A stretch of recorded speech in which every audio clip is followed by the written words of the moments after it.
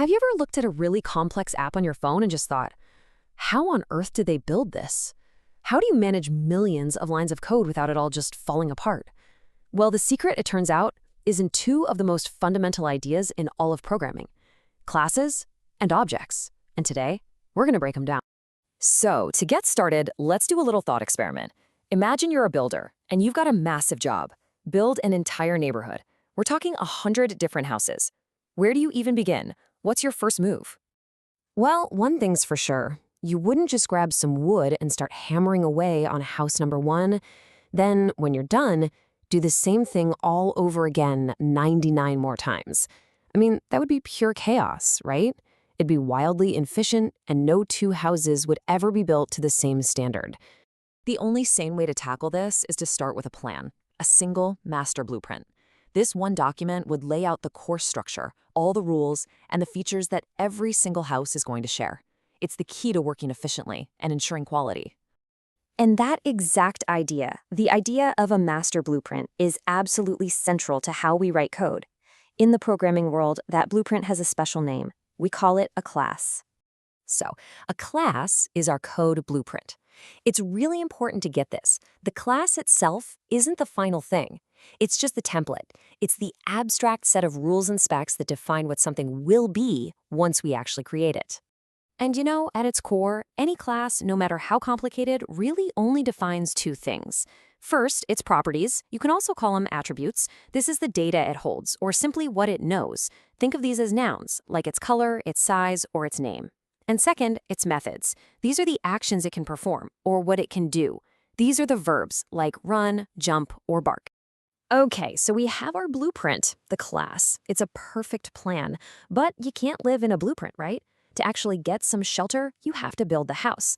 In programming, that finished house, the real, actual, usable thing, that's called an object. And this quote just nails it. It perfectly shows the relationship between the two. The class is the abstract idea, the plan. The object is the concrete, tangible result. It's the living, breathing instance of that plan. You know, putting them side by side like this makes it super clear. A class is just a logical concept, a definition. An object, on the other hand, is a real instance that you create from that definition. And this is the key.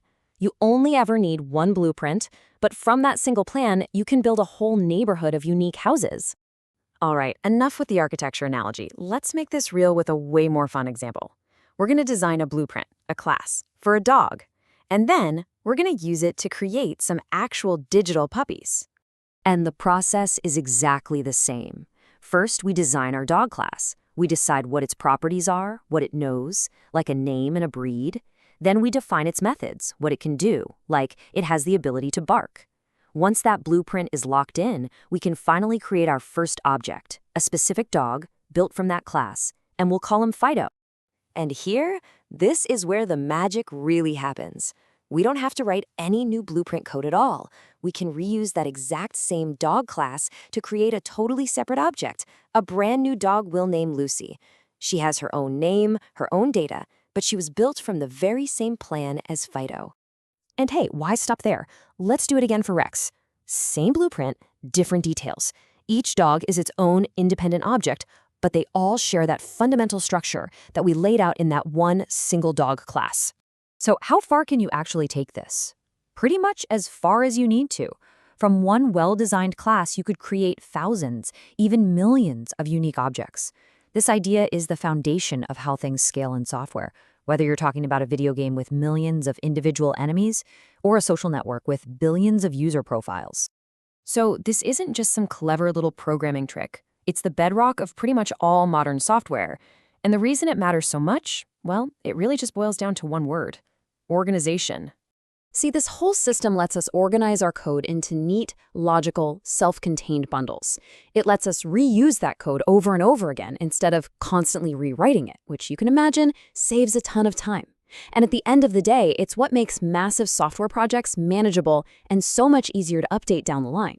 It's really a huge shift in thinking, from just writing a long to-do list for the computer to actually building a little functional world inside of it. This right here, this quote just captures the spirit of the whole thing. Trying to build a huge program without this kind of structure is like trying to build a city without any blueprints. It's just chaos. Classes and objects give us the power to turn that chaos into real, solid structure, letting us build amazing things one well-designed piece at a time. And once you get this pattern, the blueprint versus the actual thing, you start to see it absolutely everywhere. A recipe in a cookbook is the class. The actual cake you bake is the object. A car's design schematic is the class. The car sitting in your driveway is the object. So the question I want to leave you with is, where else do you see this powerful idea at work in the world around you?